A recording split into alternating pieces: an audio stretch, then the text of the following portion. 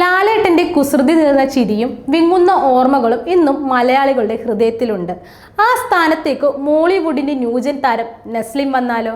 മലയാളികൾക്ക് മറക്കാനാകാത്ത എവർഗ്രീൻ സിനിമയാണ് പ്രിയദർശൻ്റെ സംവിധാനത്തിൽ 1988 പുറത്തിറങ്ങിയ ചിത്രം.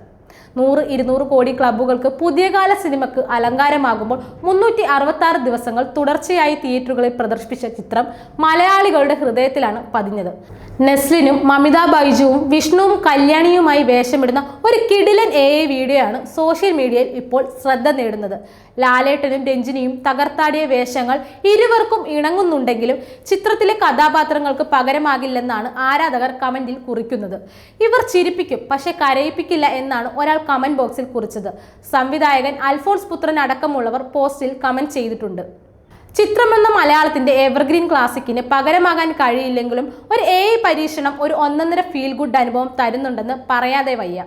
മോഹൻലാലിനൊപ്പം രഞ്ജിനി, നെടുമുടി വേണു, ശ്രീനിവാസൻ, പൂർണ്ണം വിശ്വനാഥൻ, സുകുമാരി, മണിയംപിള്ള രാജു തുടങ്ങി നിരവധി താരങ്ങൾ അണിനിരുന്ന സിനിമയാണ് ചിത്രം. ശ്രീനിവാസന്റെ കഥക്ക് പ്രിയദർശൻ തിരക്കഥ രചിച്ച ചിത്രം പിന്നീട് ചോരി ചോരി എന്ന പേരിൽ മിഥുൻ ചക്രവർത്തിയെ നായകനാക്കി ഹിന്ദിയിലേക്ക് റീമേക്ക് ചെയ്തിരുന്നു.